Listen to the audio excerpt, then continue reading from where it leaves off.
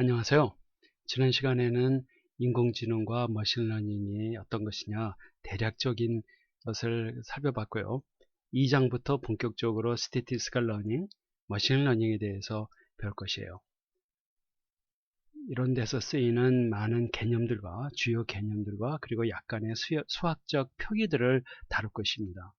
그렇다고 해서 수학을 우리가 많이 쓰는 게 아니기 때문에 아주 초보적인 것들만 다루게 될 것입니다. 시작하기 전에 먼저 이 두 강의를 제가 말씀드리려고 하는데요. 이건 지난 시간에도 간단히 얘기를 했었지만은 이 교재의 그 저자분들 중에 두 분이신 해스티와 팁슈라니 교수님들이 직강을 하신 내용이고요. 요거는 이 교재를 가지고 또 다른 한 분이 하셨는데 하메드 하시미니아라는 분이 역시 하셔가지고 이 유튜브에다 올렸습니다. 아주 굉장히 이 내용도 친절하게 잘 설명하고 있습니다. 그런데 지금 보시면 약간의 문제가 있죠. 그 두 강의가 다 영어로 되어 있습니다. 어떻게 할까나?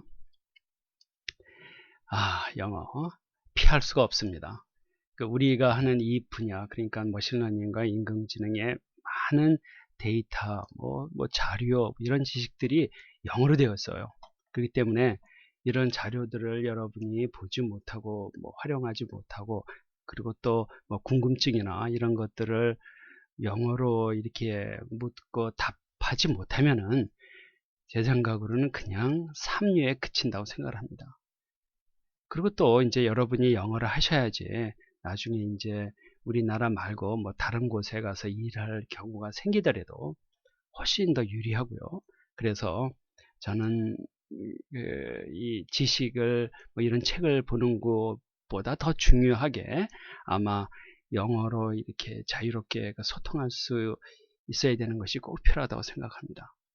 또 그리고 어떤 분은 이게 시간도 바쁘고 나는 이런 무슨 연구할 사람도 아닌데 이런 이론적인 이런 내용은 필요 없고 그냥 간단히 이런 거 가지고서 어떻게 하는지 해법만 그런 걸 보통 이렇게 쿡북 스타일이라고 그러죠. 그런 것만 알려줘요 한다는데 내 생각으로는요. 이 교재에 나와 있는 이론 정도를 모르고 어떤 분석이나 뭘 한다고 하면은 나 같으면은 그런 사람들이 한 내용이라고 하면 콩으로 매주를 쓴다고 하더라도 믿지 않습니다. 예. 그리고 또 이 교재에 약간의 수학이 나오는데 사실은 수학이라고 그래도 그렇게 할 것도 없어요. 중학교 그래 아니면 고등학교 1학년 수준은 넘지가 않습니다. 미적분 하나도 안 나오고요. 하는 수준이 무슨 합 같은 거 하는 거 알면 되고 수학 수준이라는 것이 음수를 제곱을 하면 양수가 되고 그 정도 평균값 그 정도만 알면 돼요. 그리고 약간의 행렬이 필요한데 이때 필요한 행렬도 아주 기본적인 거고 행렬이라고 생각하지 않고 데이터베이스에서 테이블 같이 생각할 수도 있거든요. 그리고 또 사실 데이터 사이언스를 하게 되려면은 이 책의 내용에 포함되어 있지는 않지만은 데이터베이스, SQL 같은 것도 아셔야 되거든요.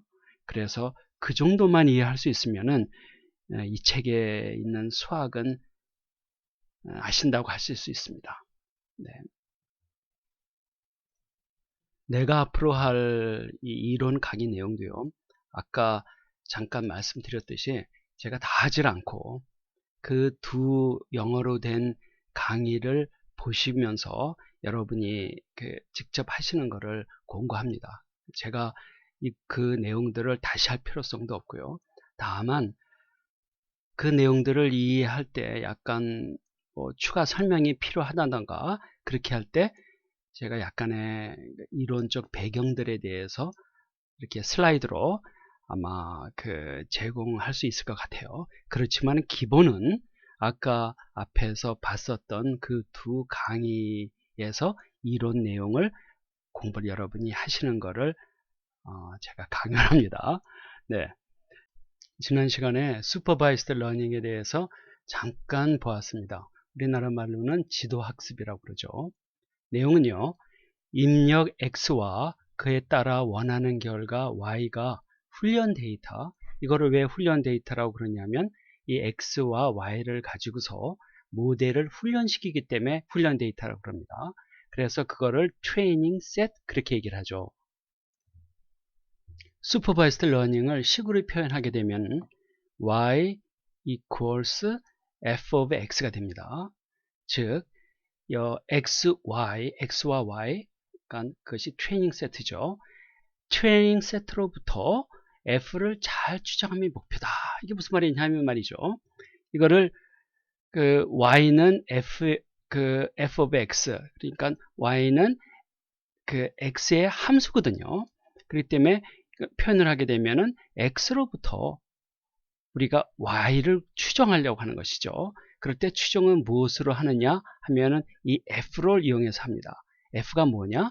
앞으로 이 모델이 학습을 통해서 만들어야 할 함수입니다. 이렇게요. 그래서 우리는 이 x를요 입력, input 또는 feature, 또 어떤 경우에는 independent variable, 그러니까 독립변수, predictor, covariate, 아니면 우리가 보통 이런 말들 하잖아요. 그거는 그런 거에는 여러 가지 변수가 많아. 그럴 때 보통 우리가 변수 그러는데 이렇게 변수라고 그렇게 합니다. 보통의 경우 이 변수가 이 여러 가지 하나로 되어 있지 않고 우리가 변수가 많다 그러잖아요. 그 변수가 여러 개로 되어 있기 때문에 그 변수를 보통 벡터 형태로 표현합니다. 또 그리고 이때의 y죠. 우리가 이제 추정을 해야 되는 것이죠. 그 y를 결과, 영어로는 response, output, outcome, 또 어떤 경우에는 종속 변수, dependent variable, 또 어떤 경우에는 목표치, target, 이렇게 부르기도 합니다. 그러니까 이게 머신러닝이나 이쪽이 여러 분야에서 많이들 했었기 때문에 그 분야마다 이렇게 독특하게 쓰는 용어들이 있습니다. 근데 보시다시피 이게 같은 말들입니다. 그래서 다시 또 얘기를 하게 되면 supervised learning은 XY, 즉 트레이닝 데이터를 이용해 함수 F죠. 알고리즘을 추정하는 것. 그래서 추정을 해서 F를 우리가 만들었으면 F를 이용해 가지고서 Y를 우리가 예측을 해본다던가 하는 것입니다. 다시 한번 보게 되면 F를 우리가 X와 Y로부터 F를 만들어내는 과정이 supervised learning입니다. 학습을 통해 추정한 F hat, 여기다가 이렇게 모자 모양을 했죠.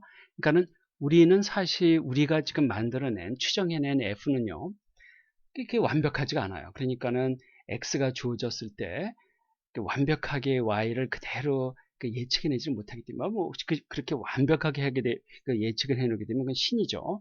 완벽하지 않기 때문에, 지도학습의 목표가, 그러니까는 F라는 것을 구해서, F hat을 구해서 거기다가 input X를 집어넣을 때, 그때에 이 supervised learning 모델이 예측을 하는 Y 값이 나오는데, 그 Y 값이 실제로 우리가 만약 알고 있다면요, 실제의 Y 값을 그대로 정확히 맞추기는 어렵거든요. 똑같이 하기는 어렵기 때문에 어려워요. 그렇기 때문에 우리의 목표, supervised learning의 목표는 F hat X가 어떻게 하면은 Y와 같아지게 할 수가 있을까, 아니면 Y를 맞출 수가 있을까 하는 것이라고 얘기할 수 있습니다.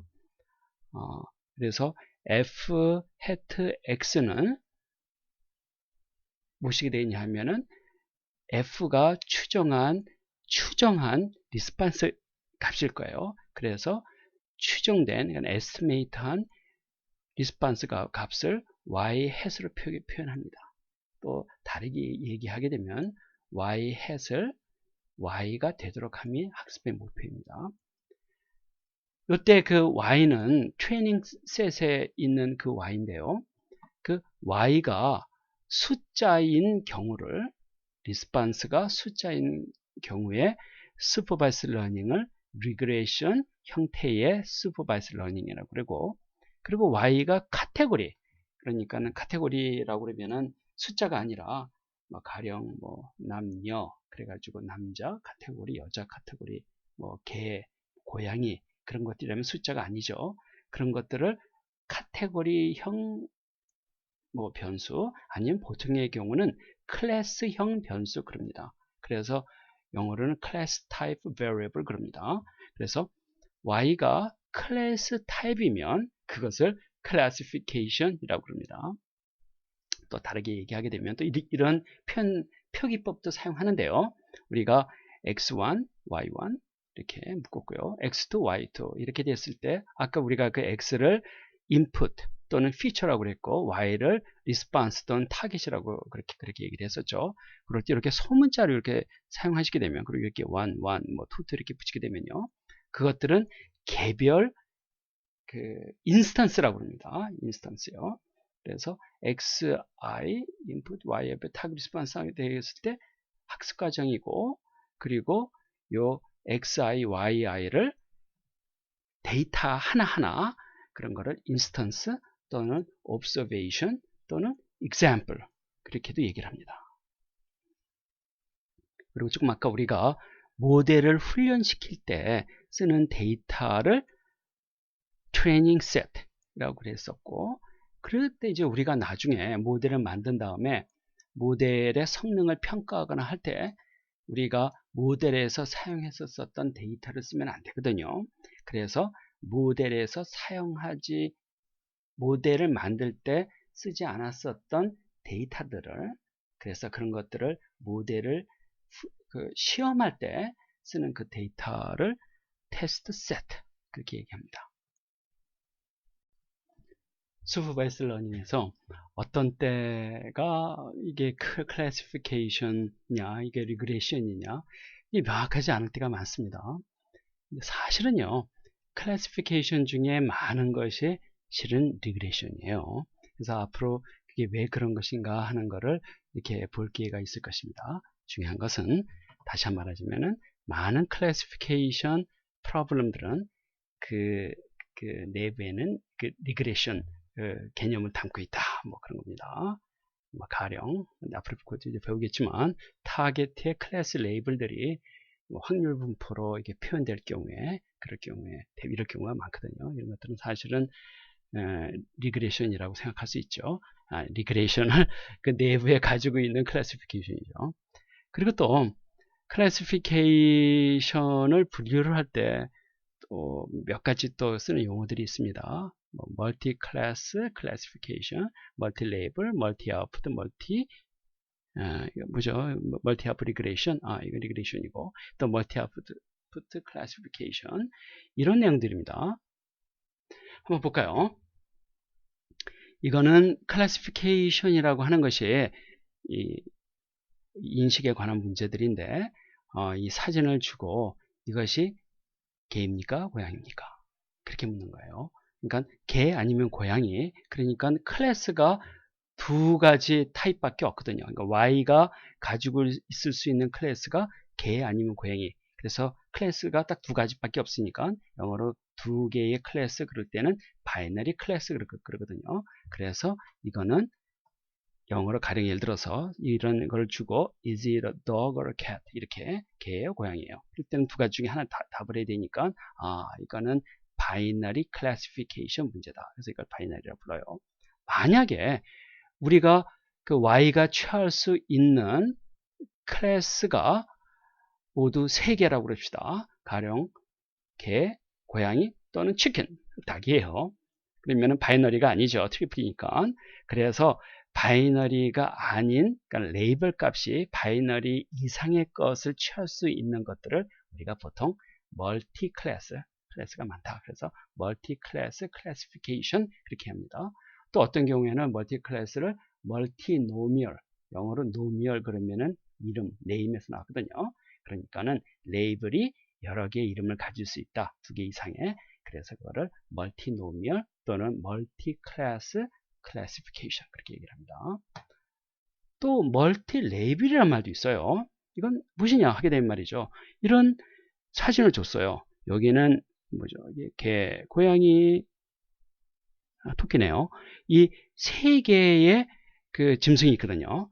그랬을 경우에 만약에 내가 물어봤을 때 여기에 그 우리가 y가 이렇게 하나의 뭐 우리가 보통 스케일러 그러는데 하나의 그 하나만 아니라 세 개의 레이블을 그 답을 줘야 될 때 가령 이렇게 그림을 주고 여기에 있는 그림에 있는 것이 개, 고양이, 토끼입니까? 그렇게 물어봤어요. 그럴 때 이 y에 대한 답이 그러니까 모델이 그 제공해야 될 그 답이 추정한 답이 가령 yes, yes, no. 그러니까는 dog, yes, cat, yes, rabbit, no. 사실 rabbit인데 토끼인데 no 그랬으니까는 추정한 답이 틀린 거네요. y 값이요. 그렇게 이렇게 세 개의 레이블을 y로 주어야 될 때 그럴 때 그것을 multi-label classification 그렇게 얘기를 합니다.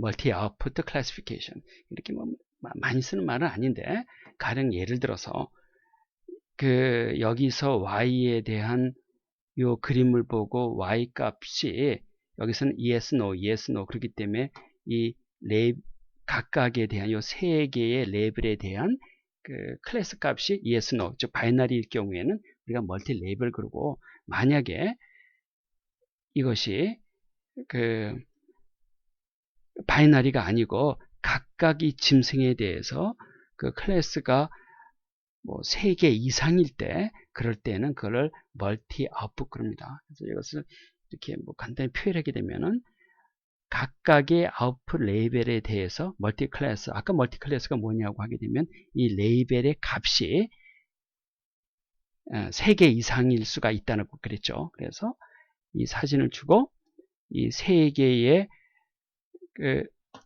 짐승에 대해서 어떤 놈들이냐 그렇게 됐었을 때 가령 답시 개, 고양이, rabbit 그렇게 답이 나오는 형태를 멀티 아웃풋 클래시피케이션 그렇게 얘기를 합니다.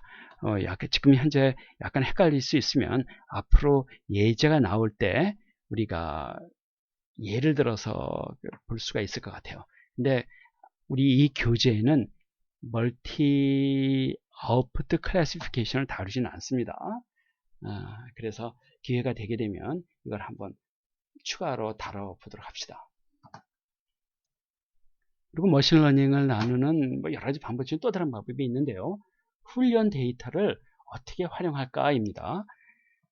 우리가 배치 러닝이라는 게 있어요. 영어로 배치라고 그러면은 한 대 묶어서 하는 거거든요. 그러니까 우리가 지금 트레이닝 세트가 있어요.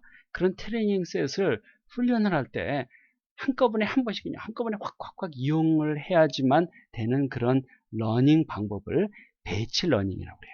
배치 러닝. 그리고 우리 ISRR에서는 많은 경우가 반드시 그렇진 않네요. 배치 러닝도 많이 씁니다.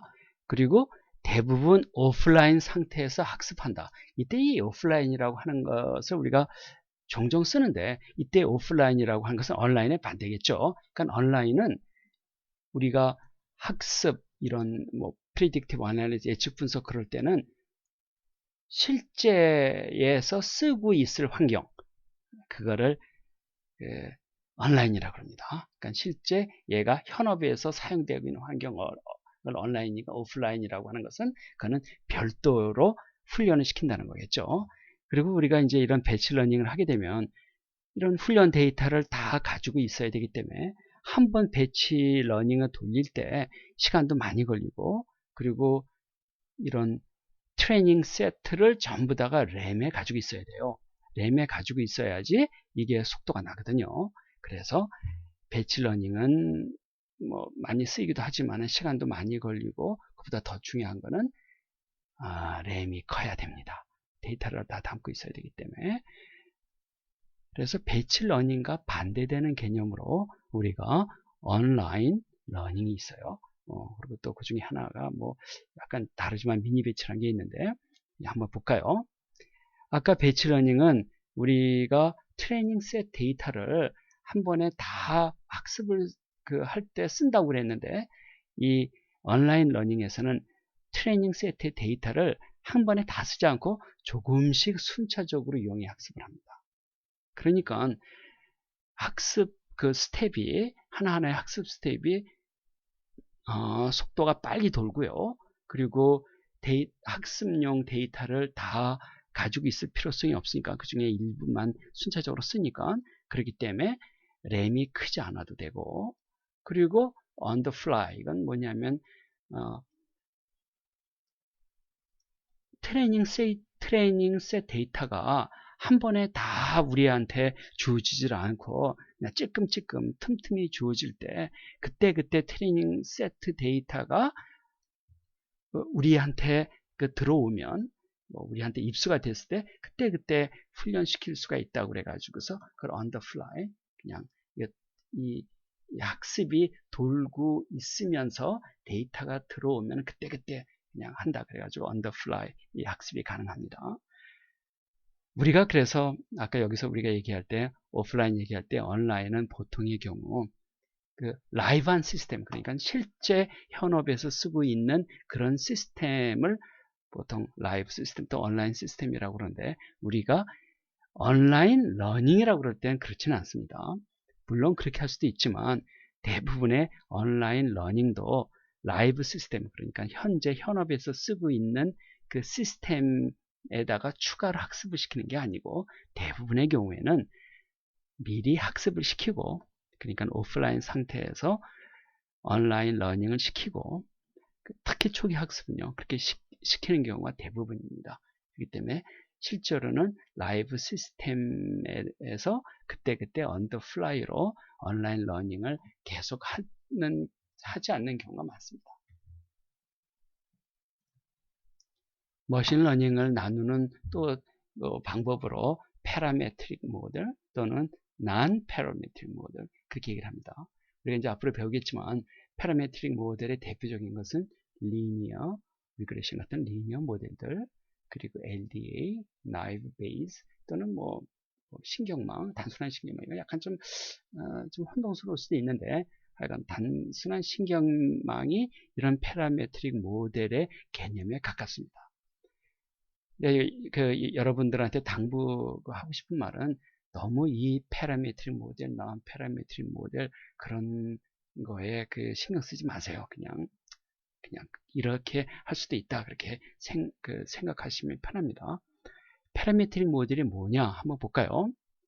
우리가 앞에서 supervised learning은 트레이닝 셋 X, Y를 통해 우리가 F를 학습을 해서 나중에 새로운 X가 주어졌을 때 그에 따른 리스폰스 Y를 추정해낸다고 그랬나요? 구해보는 것이 supervised learning의 목표라고 그랬는데, 그럴 때 그 F를 미리 어떻게 가정하는 거예요. 그러니까 우리가 F를 모델 형태라고 그럴 수도 있고 함수일 수도 있고 아니면 그냥 그 모델이에요. 하이포테시스를 그러기도 하고, 그것이 어떨 것이다 라고 하는 것을 가정하고, 그리고 그런 모델의 형태를 가정하게 되면 그럼 어떤 형태 하나, 많은 경우가 함수식으로 나올 경우가 많은데, 그런 걸 가정하게 되게 되면은 그 함수식에 따른 패러미터들을 그 함수는 그 함수식에 따른 패러미터들로 규정이 됩니다. 그래서 모델의 특성을 규정하는 패러미터들을 학습을 통해 추정하는 형태. 예를 보면서 해봅시다. 가령 우리가 학습을 시키려는 F가 리니어라고 그럴 때, 리니어라고 하는 건 이렇게 표현되죠. 그리고 그 리니어한 함수는 X에 대한 함수라고 그럴 때 리니어 함수는 이렇게 표현되죠. 이렇게.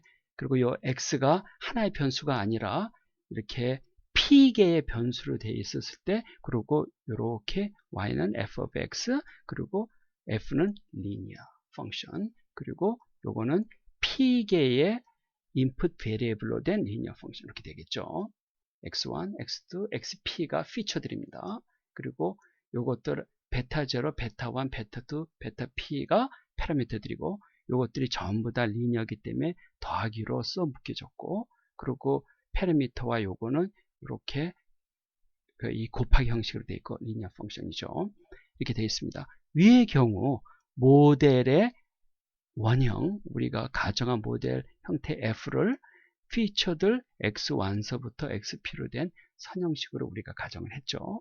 그렇게 될 때 이 선형식은 어떻게 규정이 되냐 하게 되면은 이 베타 제로부터 베타 P 요거를 파라미터라고 하고, 요 함수가 리니어 함수이기 때문에 리니어 함수에 따른 코에피션트라고 그렇게 얘기도 합니다.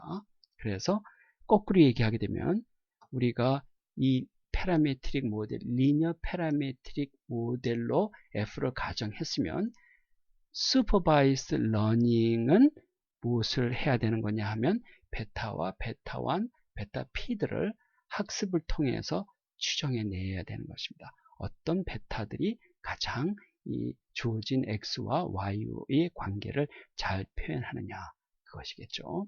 그래서 그거를 조금 더 이렇게 이렇게 좀 같이 표현해 보게 되면요, 위 리니어 파라메트릭 모델에서 F 햇을 추정함은 베타 제로부터 베타 P들의 추정치, 이렇게 추정치이기 때문에 이제는 이렇게 햇으로서 표현했죠. 이런 것들을 학습을 통해 구하는 것, 그렇게 얘기할 수가 있겠죠. 즉 파라메트릭 모델의 학습은 트레이닝 셋을 통해 이렇게 리니어, F가 리니어라고 가정했을 경우에는 이렇게 베타 아이들을, 베타 햇들을 잘 구해내. 어떻게 구해내요? 그 훈련 알고리즘이 좋아야 되겠죠. 구해서 F 햇 X가 Y 햇인데 그 값이 실제 트레이닝 셋의 Y에 최대한 가깝도록 하는 목표, 이렇게 생각할 수가 있겠습니다. 난 파라메트릭 모델은 우리가 F를 추정함에 있어서 F가 어떤 모양이 될 것이다 하는 걸 미리 가정하지 않는 거예요. 보통의 경우 파라메트릭 모델 같이 F의 형태가 어떨 것이다 이렇게 가정을 하게 되면 그 F, 즉 모델의 형태가 굉장히 단순해집니다. 또 설명하기도 쉽고, 그런데 가정을 하지 않을 경우에는 자유도가 굉장히 높게 돼요. 그래서 그렇게 난 파라메트릭 모델일 때는 좀 복잡할 수도 있습니다. 설명할 수도 있고, 반드시 그런 건 아니지만 그렇고, 그래서 그런 것은 어떤 F의 형태가 어떻거나 가정하지 않기 때문에 좀 더 이렇게 데이터 위주, 데이터 드리븐 형태의 모델이 나오고, 그리고 이것은 대부분의 경우 트레이닝 세트가 작으면은 물론 그 파라메트릭 모델에 비해서 트레이닝 세트가 훨씬 더 파라메트릭 커야 돼요. 물론 파라메트릭 모델도 트레이닝 세트의 크기가, 데이터가 많으면 많을수록 좋지만 난 파라메트릭 모델은 훨씬 더 그 트레이닝 세트가 충분해야만 됩니다. 난 파라메트릭 모델의 대표적인 것이 K-nearest neighbor, KNN, 그리고 decision tree, support vector machine SVM, 그리고 복잡한 신경망이 파라메트리냐 난 파라메트리냐는 약간 좀 의견이 다양할 수 있지만, 복잡한 신경망은 난 파라메트릭 모델의 개념에 가깝습니다. 당부하고 싶은 말씀은요, 이런 모든 모델이 우리가 모델을 만드는 것은 데이터를 갖고서 그 데이터들의 관계를 잘 설명을 한다든가 아니면 그 데이터들을 이용해 학습을 시켜서 뭐를 예측해 본다 이렇게 하는 건데, 그런 것들이 완벽하지가 않아요. 그래서 좀 강하게 모든 모델은 틀렸습니다, 그렇게 했는데 꼭 틀렸다고 말할 수는 없지만 완벽하지는 않다는 거. 그리고 우리의 많은 머신러닝이나 데이터 사이언스는 그런 모델이 무슨 수학적 원리나 아니면 우주의 법칙을 예측한다던가 아니면 그걸 찾아내는 게 아니거든요. 그렇기 때문에 우리가 하는 그 모든 것에 너무 그냥 이 종교적인 신념을 가지시면 안 됩니다. 하다 보면은 이게 틀릴 수가 있다는 것도 우리가 항상 명심을 하고, 그리고 더 좋은 방법론이나 이런 게 나왔으면은 우리가 기존에 했던 것도 버릴 수 있어야 되고, 좀 자유로운 그런 마음을 가져야 될 거라고 그렇게 좀 생각을 합니다. 그리고 당연한 얘기지만 우리가 이런 모델을 만들 때 데이터가 충분하지 않은 상태에서 우리가 모델을 만든다는 건 항상 위험성이 있고, 그리고 진짜 부족했을 경우에는 그런 모델들을 진짜 형편없을 경우가 많고, 그렇습니다.